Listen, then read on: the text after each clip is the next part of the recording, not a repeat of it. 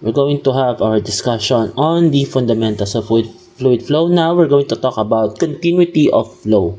So under continuity of flow, we're going to discuss discharge. Okay, so when we say discharge, this is the total quantity of fluid in unit time past any particular cross-section of a stream. So in discharge, we have three ways to compute for discharge, or three classifications of discharge. But in general, when we say discharge, it is the volume flow rate. When we say volume flow rate, or Q, it is computed as the area, cross-sectional area of the stream or jet multiplied by its velocity. So, for example, this is our pipe.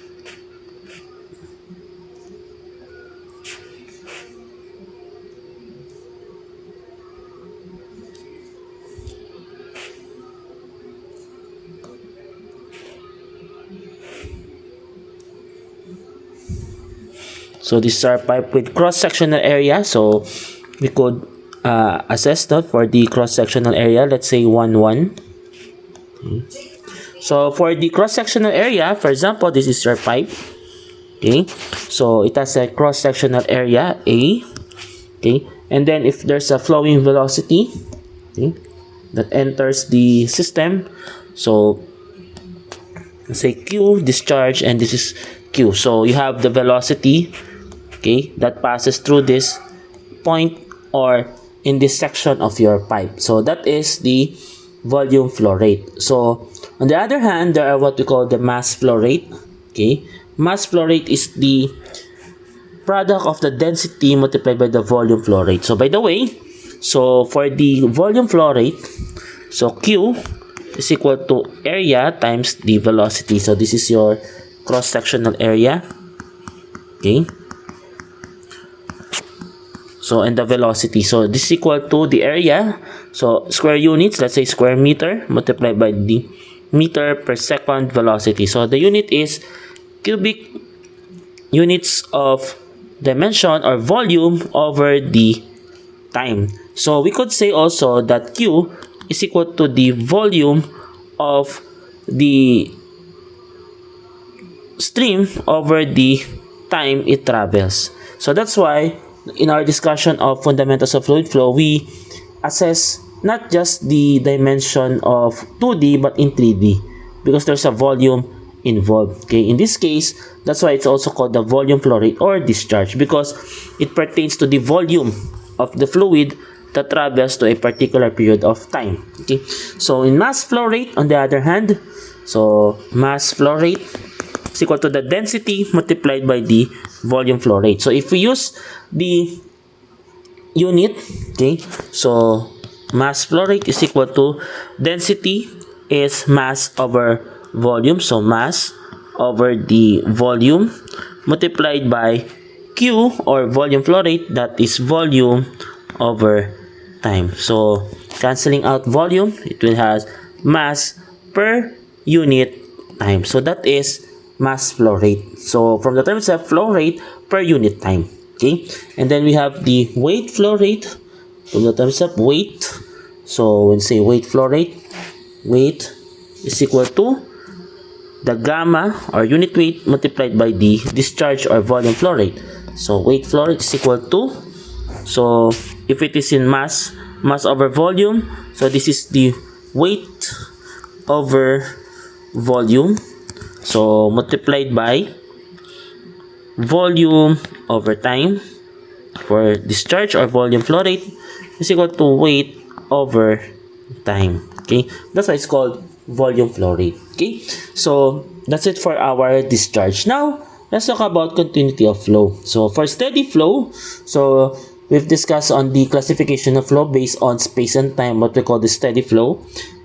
For steady flow, the mass of fluid in a controlled volume remains constant. Ibig sabihin, whatever enters the system per unit time is equal to the amount that leaves the system per unit time. So whether it is mass, it is volume, it is weight.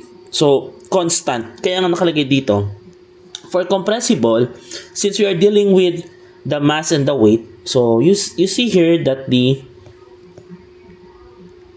the mass flow rate is constant, okay, at any point, and the weight flow rate.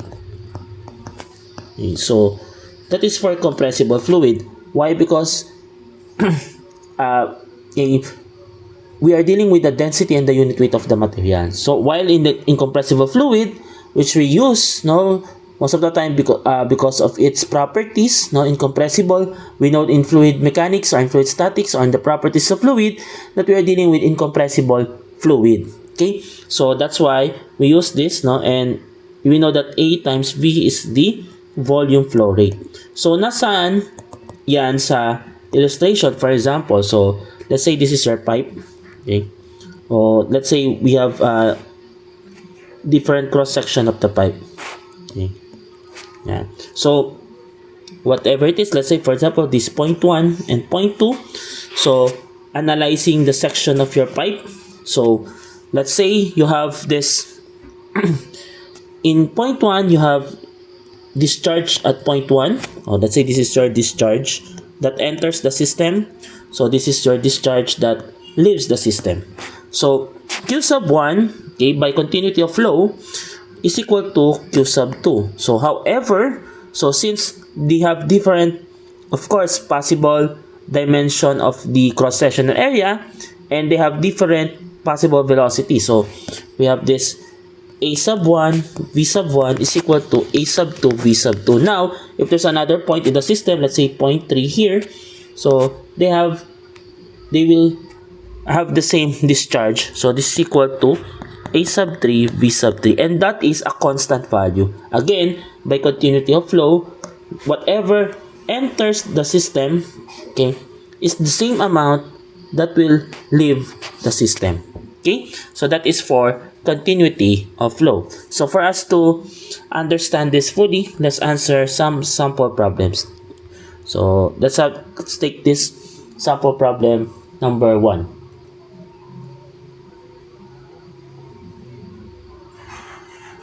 So water flowing at a constant rate fills the tank to a height of 3 meters in 5 minutes.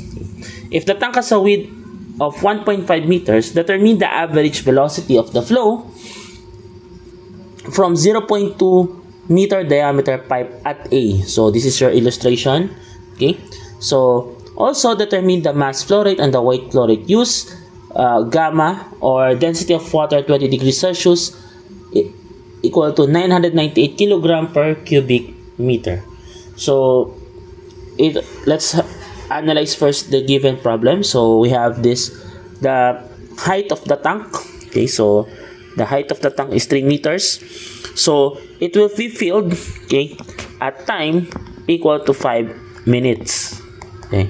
However, okay, one of the dimensions of the tank, okay, the width of the tank is 1.5 meters. Okay, it was asked to determine the average velocity. Okay, so we are tasked to find the velocity, okay, of the flow from the 0.2 meter diameter pipe. So dito, so this pipe, as you see here, this has a diameter of 0.2 meter.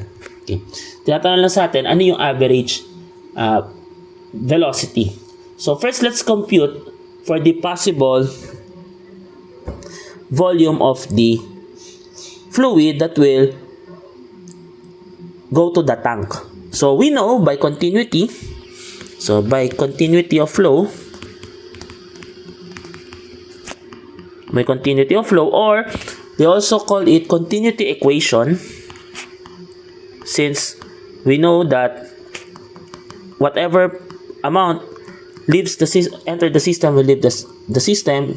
So using this continuity equation or continuity of flow, so the discharge that will leave the pipe is the amount that will enter the tank.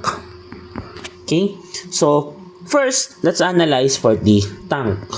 Okay, so given na lahat yung dimensions sa tank, so we have as stated in the problem, we have the height 3 meters, the width which is 1.5 meters, and the possible length, I could say, or one of the dimensions is let's say length meters. So for the volume of the tank, okay, volume of the tank is equal to 3 meters by 1.5 meters by 2 meters. It will give us a volume of the tank that's equal to 9 cubic meters. Okay, so this is for the volume of the tank. Now, we also know from the tank, okay, that the discharge in the tank or the volume flow rate in the tank is equal to volume of the tank over the respected time. Okay, the volume of the tank is 9 cubic meters. Okay, and the time that it will be filled, as stated in the problem, is 5 minutes. So if we convert it in seconds, we multiply it by 60. So this is 5 times 60 seconds. So it will give us an answer of 0.03 cubic meter per second. So this is the discharge for the tank. Now let's find the velocity, average velocity for the pipe. So now let's move with the pipe. So for the pipe, so we know the dimensions of the pipe. We have here the diameter, okay, that is 0.2 meters. So computing for the average velocity, use continuity equation. So that is Q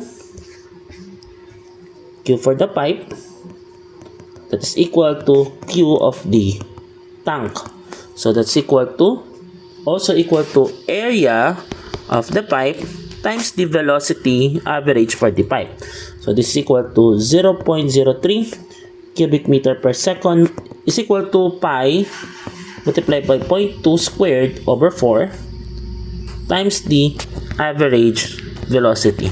So computing for the average velocity, we'll have the average velocity in the pipe is 0.995 or 955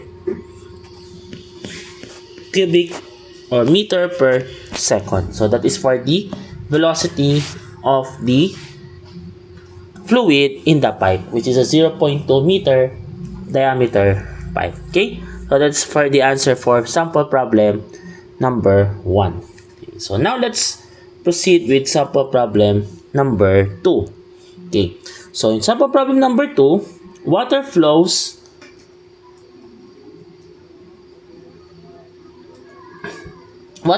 along the triangular trough with an average velocity of 5 meters per second. Determine the volumetric discharge and the mass flow if the vertical depth of the water is 0.3 meters. So let's go back again for number 1. So number 1, okay, nasagutan na natin, no, yung first. So second, pinapahanap din pala sa atin is the mass flow rate and the weight flow rate. So that's additional here, number 1. So mass flow rate. So mass flow rate again. So mass is equal to the density multiplied by discharge. So we have here the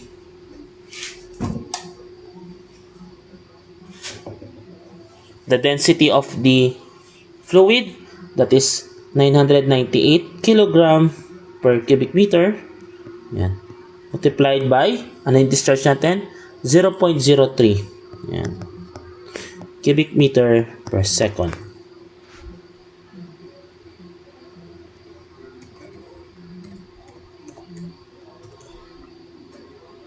So we have here 29. So for the mass flow rate, we have 29.94 kilogram per second. Okay. For the volume flow, for the weight flow rate, so inas din sa atin. Okay, so weight flow rate. For the weight flow rate, so W, so that is this gamma. Okay, so unit weight multiplied by discharge, so that is, so if this is 998, so we used, if this is water, okay, so this is 0. We should say this is 998 multiplied by, so then unit kilogram per cubic meter multiplied by 9.81 meter per second squared multiplied by 0.03 cubic meter per second. So, that is in terms of Newton per second. So, if it is in Newton per second, is equal to 293. So, weight flow rate is 293.7114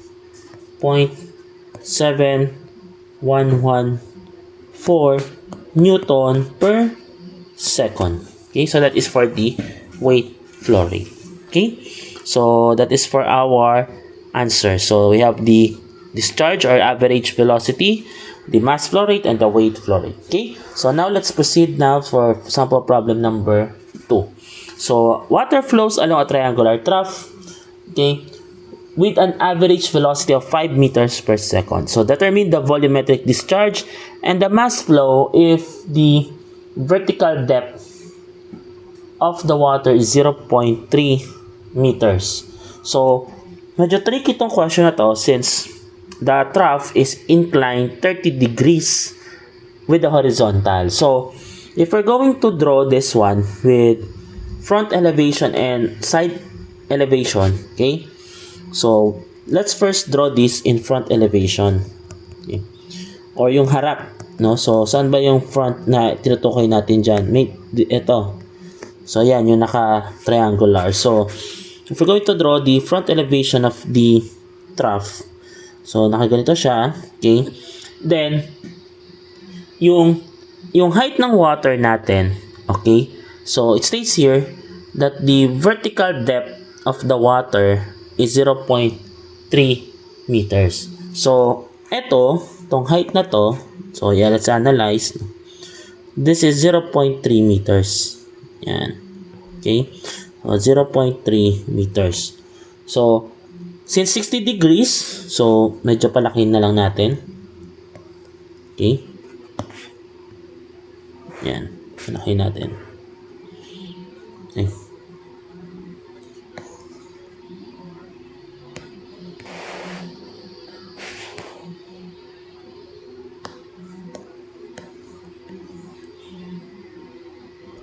Yan.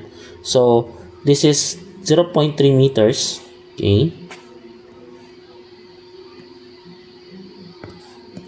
0.3 meters. Then, since 60 degrees, okay, so let's naka-arc na 60 degrees. Ayan. So, as stated in your, or as reflected in your drawing. So, this is 60 degrees. So, total, 60 degrees. So, kung hati natin sa dalawa, and this is 30 degrees. Okay, so this is also 30 degrees. Yan. Okay, that is for the front elevation. So we have the width. Okay, hindi natin alam tong width na to.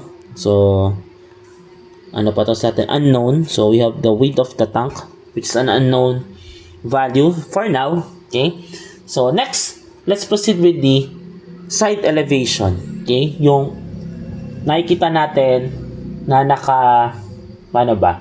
nakatagilid. So, ito naman yon. Okay? So, kanina front elevation. So, dito naman tayo tumingin. Okay? So, let's say for the side elevation. Okay.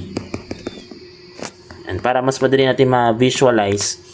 Okay? Pag side elevation, yung ating height, take note, yung height pa rin ng fluid natin is 0.3. Ibig sabihin, yung height na fluid na matatapon is still 0.3. So, ito pa rin yon. Okay. Yan, ito pa rin yung height ng fluid na yan. However, the trough is inclined 30 degrees. So, bayin natin yung kulay na to. So, this is the fluid, let's say. So, gawin natin siyang medyo matingkad. Kulay pink. Yan. So, yung iyong trough ay ito pa din. So, naka-incline siya ng, let's say, 30 degrees. Ayan. Yan. Okay. Ayusin natin.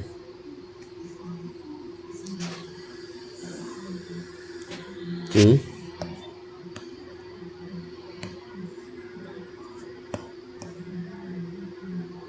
Ayan. Okay, so let's say yan. So yung ating trough, no, meron siyang height. Okay, meron tong height. Okay. So height, and then we have the inclination of the trough, of course. So, sabi natin, 30 degrees ito from your illustration. Okay? And then, kung 30 degrees to, okay, by analysis of right triangle, since this is a 90 degree, okay, so this is also 30 degrees. Okay? So, ayan. No, ayan yung ating baseline. So, again, they have the same dimension, just like this one. Okay? Same lang. So, same yung dimension natin pagdating dito. Okay. So, yun nga lang. Yan. Gusto natin to.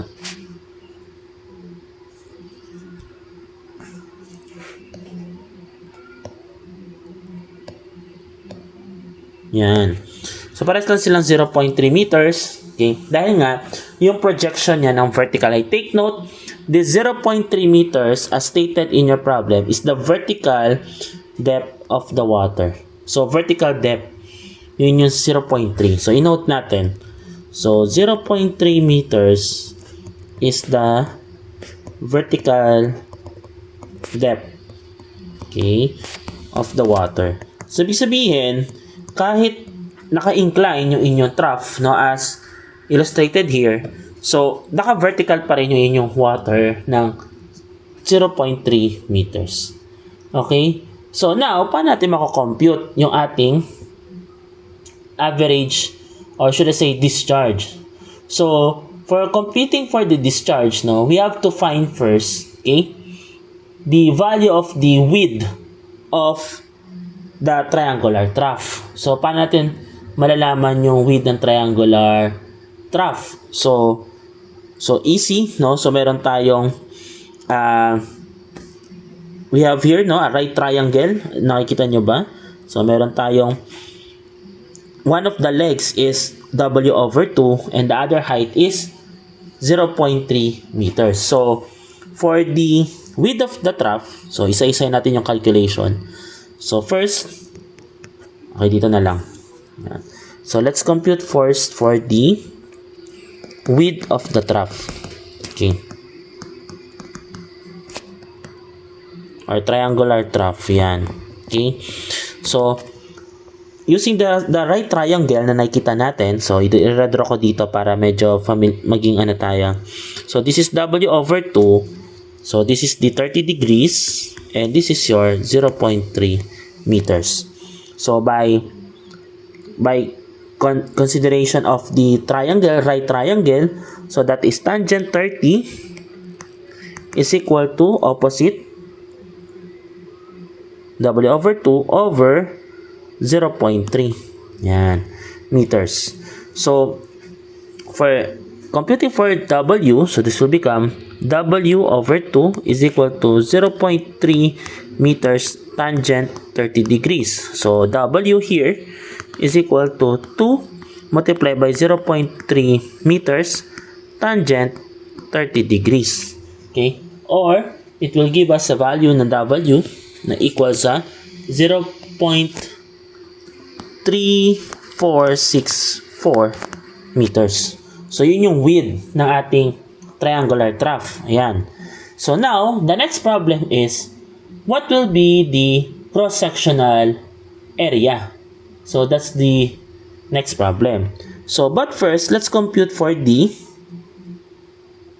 height of the trough. Since naka-incline siya, so titignan natin siya, kaya tayo may side elevation, on the level of having it inclined 30 degrees. So, next problem natin is to compute for the height of the triangular trough. Okay? Height of the trough or triangular trough. So, since meron din tayo nakikitang right triangle dito, wherein the H is the leg nataon, inclined, or then yung ating height, it will become the hypotenuse of the right triangle, and one of the legs which is adjacent to the 30 degrees is 0.3. So, adjacent, that is cosine. So, cosine 30 is equal to adjacent 0.3 meters over the height. Okay? So, therefore, okay,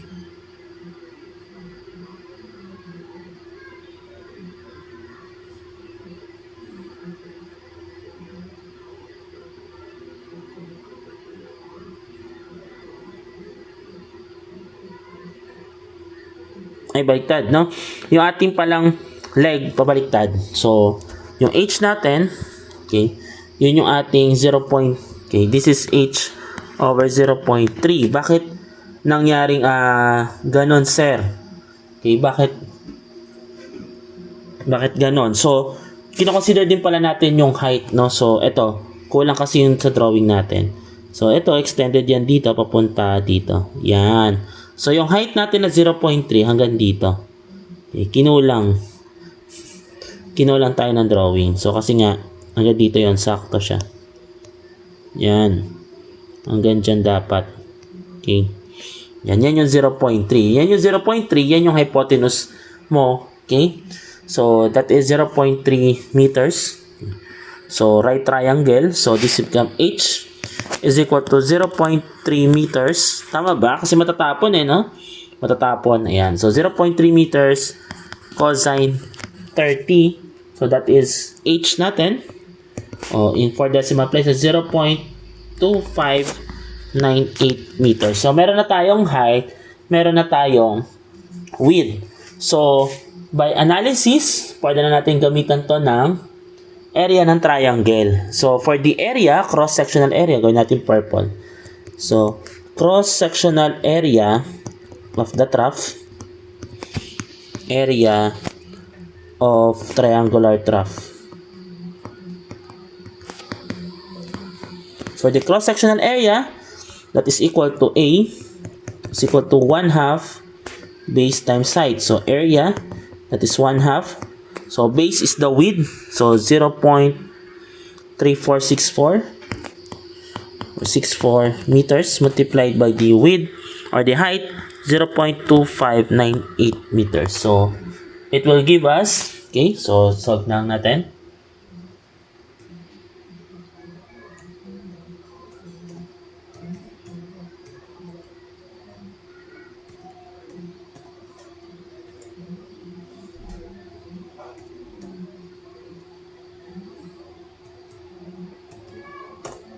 And it will give us 0.044. So, area is 0.044, I think, 99. O, gawin na natin 0.045. Okay. 45 yan. Square meter. This is just the cross-sectional area. So, from here, I think we could compute na, no? So, mag-add na lang tayo ng page. Yan. So, we could compute for the discharge. Okay? So, for the discharge or volume flow rate. So, volume flow rate. So, yun yung isa sa mga unknown sa atin, no? So, calculate or determine the volumetric discharge or volume flow rate and the mass flow or mass flow rate. So, for volumetric flow rate, this is Q is equal to A times the average velocity. So, we have the area. So, given, na-compute natin yung area. 0.045 0.4 square meters multiplied by the average velocity. Binigay sa atin na average velocity as 5 meters per second. So, 5 yan, meters per second. So,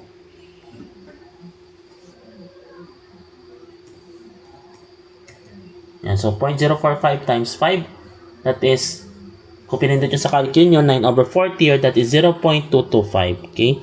0.225 cubic meter per second. So, this is the volume flow rate. Okay? For the triangular trough. Okay? How about the mass flow rate? So, mass flow rate. Okay? So, mass flow rate. So, it's just water. So, we know that the density of the water, if not given, so that is the density of, standard density of water na 1,000 kilogram per cubic meter. So, mass flow rate is equal to the density multiplied by the volume flow rate. So, equal to 1,000 yan, kilogram per cubic meter multiplied by 0.225 cubic meter per second. So, mass flow rate, so mass per unit time, that is 225 kilogram per second. So, this is your answer for the mass flow rate. Okay? So, that is for problem number 2. So, using this triangular trough. So, medyo tricky lang kasi nga we have to analyze, no, yung possible scenario na magiging kalalabasan ng ating illustration or problem. So, gagamitan lang natin ng analysis of figures, geometry, trigonometry. No, kaya napapansin nyo may cosine and tangent. Okay? So, next, we have this problem number 3. So, in problem number 3, okay, we are asked to determine the mass flow of CO2 gas, that's carbon dioxide, in a 4-inch diameter duct, okay, if it has an average velocity of 20 feet per second. Okay. So, the gas has a temperature of 70 degrees Fahrenheit and a pressure of 6 psi. Yan. So, the question is, the atmospheric pressure of the gas is 14.70 psi and its gas constant is 1,130 pound-foot per slug degree Rankine. So, may mga properties na gases na binigay. So, ilista muna natin, yung properties of CO2 gas. So, on this problem, so binigyan tayo ng properties ng CO2 gas. Okay. Unang-una na yung gas constant, yung ating R. So, gas constant natin is 1130 pound-foot per slug degree Rankine. Okay. So, ano pa binigay sa atin? Binigyan tayo ng atmospheric pressure na 14.70 psi or pounds per square inch. Gawin na lang natin ganun. So, pounds per square inch.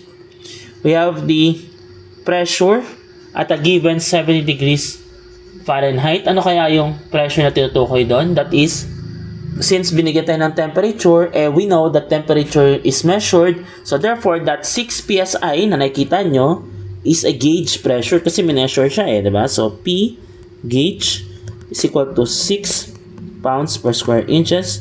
So, meron tayong temperature na binigay. I think this is the temperature measured. So, kung measured to, we have to convert this to absolute temperature. So temperature natin binigay is 70 degrees Fahrenheit. To make it an absolute temperature, we have to add, so from degree Fahrenheit to degree Rankine plus 460.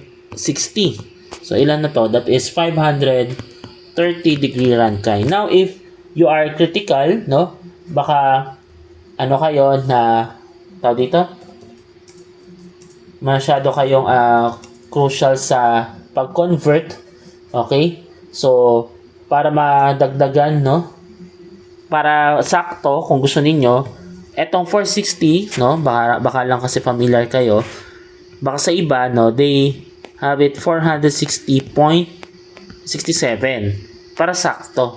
Ngayon, since we are dealing with so pwede na siguro yung 460, tatanggapin na yan kasi close naman na, ilang decimal na lang yan. So 0.1, kung sobrang layo siguro, baka yon hindi natin matatanggap. Baka siguro yung 461, hindi ko matatanggap yon kasi hindi siya lumagpas di ba?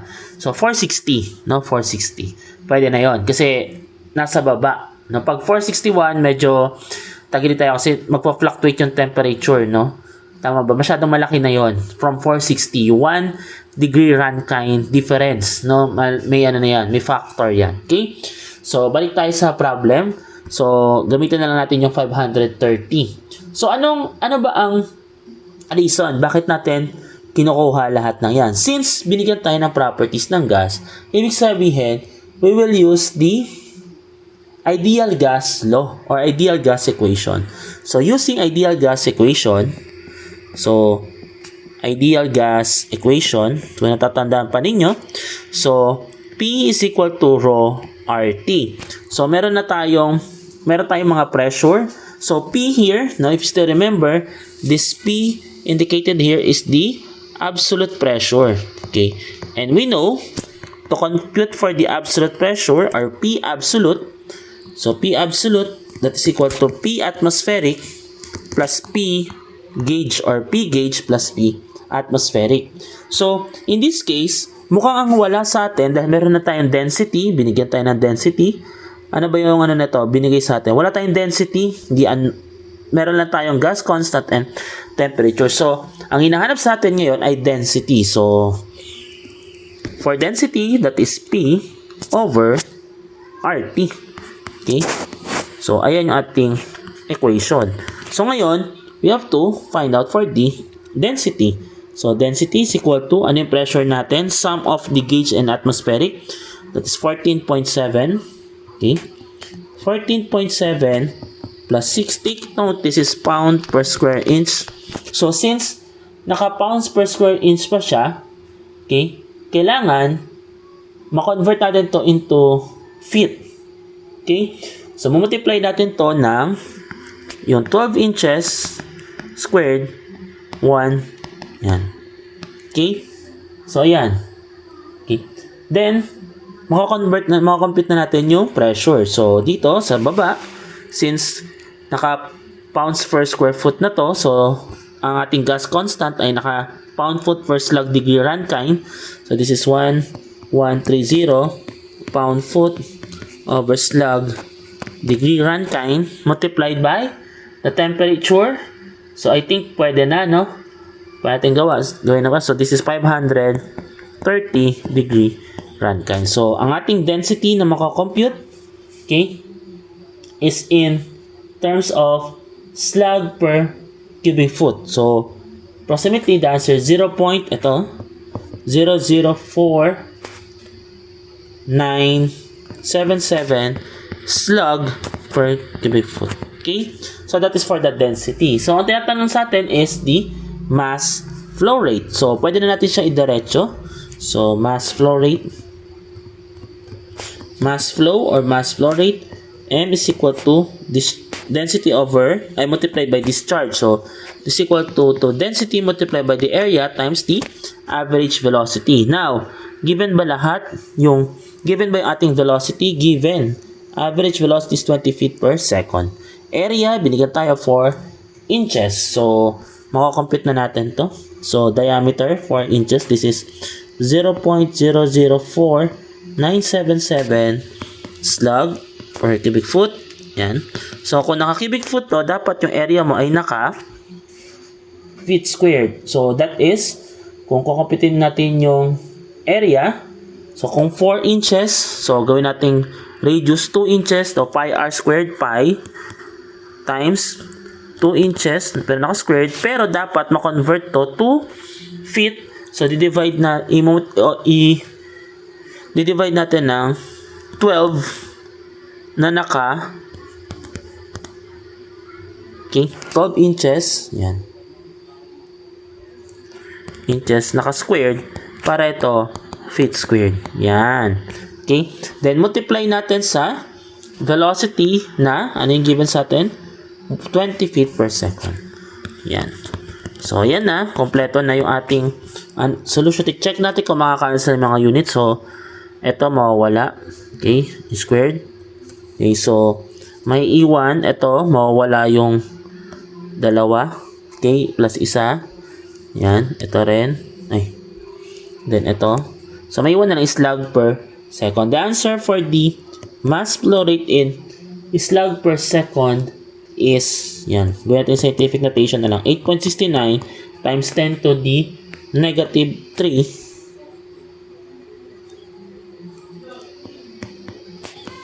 slug per second. So, this is your answer for the mass flow rate ng ating CO2 gas. Okay? So, again, medyo bumalik lang tayo ng konti no, papunta sa ideal gas equation, properties of gases. Okay? So, pero but the process is still the same. No? Kukunin pa rin natin yung average velocity or given siya in this case, and we will find for the other properties na hinahanap depende sa kung anong klase ng discharge ang hinahanap sa atin. So, in this case, mass flow rate. Okay? So, for the last problem, for the continuity of flow, let's answer this number 4. Okay? So, again, gas na naman siya. Yan yung pinapasolve sa atin. So, it says here that air enters the turbine of a jet engine at a rate of 40 kg per second. So, for the given, lista natin, ano daw yung 40 kg per second? I think this is the mass flow rate. Okay. So, this is a mass flow rate. Mass flow rate ng air na nag-enter sa engine is 40 kilogram per second. Okay? If it is discharged with an absolute pressure, so binigay na yung absolute pressure, P absolute, na 750 kilopascal, and temperature of 120 degrees Celsius. Yung temperature dito is the temperature, no, na naka degree Celsius. So, para maging degree Kelvin, so, kasi nga, yung ating gas constant na makikita ninyo ay naka-degree Kelvin. So, this is plus 273, or kung critical kayo, that is plus 273.15. Okay? Ilan ito? This is 393 degree Kelvin. Again, kung critical kayo sa pag-a-add, no, or alam niyo eksaktong value, or close to the exact, plus 273.15 ito. Okay? Just like with degree Rankine na 460.67. Okay? So, ayun yung ano natin. Yun yung catch. Kasi ang kailangan natin, absolute temperature. Okay? So, ano po ba mga binigay sa atin sa problem?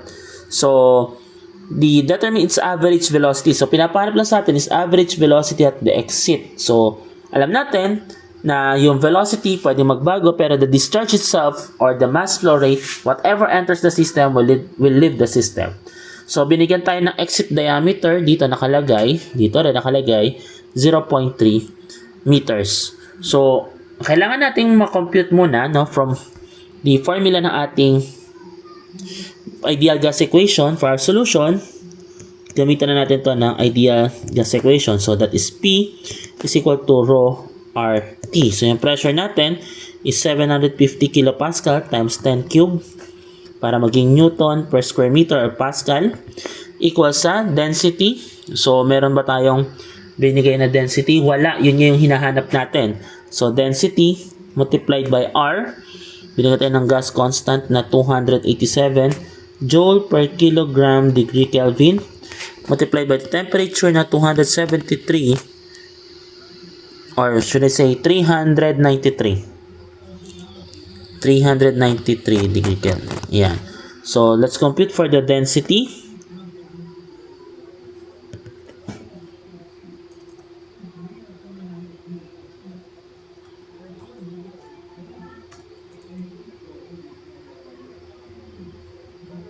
Yan. So, for the density, that is 750. So, times 10 cube. So, kung meron kayong calculator, lagi nyong gamitin yung calculator ninyo na para masanay kayo. No? So, divide natin. So, divide sa 287. Then, naka-multiply yan sa 393. Again, kung critical kayo sa weight, or should I say sa conversion, pwedeng 373.15. Okay? So, in this case, lumabas sa calculator 6.64947. Ayan na lang. So, this is in kilogram per cubic meter. So, hindi ko na papaliwanag kung bakit kilogram per cubic meter kahit naka-joule at newton yon, diba? So, we know that already. So, ngayon, kailangan naman natin is from mass flow rate. So, let's compute now for the average velocity. Okay, yun yung kailangan natin eh. So, average velocity. So, saan natin makukuha ang average velocity? Using the mass flow rate. So, sabi natin, the mass flow rate na nag-enter sa system is the mass flow rate that will leave the system. Let's say this is your, okay, 0.1 and this is your 0.2, for example. So, 0.1, okay, so, binigyan na tayo ng mass flow rate that is 40, so, kilogram per second. So, it will leave the system. This is this density multiplied by the discharge, or this is equal to the density multiplied by the area times the velocity. So, ito yung kailangan natin. No, the average velocity. Ayan yung pinapakompute sa atin ng problem. Okay? So, let's continue. So, this is 40 kilogram per second is equal to the density na compute natin. Ayan, 6.64947. So, 6.64947. This is kilogram per cubic meter times the area. So, 0.3 meters yung ating area. So, pi. Gawin ko na lang R, no? Pi times 0.15. Okay. Yan. So, meters na naka-squared. Okay. Times velocity. So to compute for the velocity,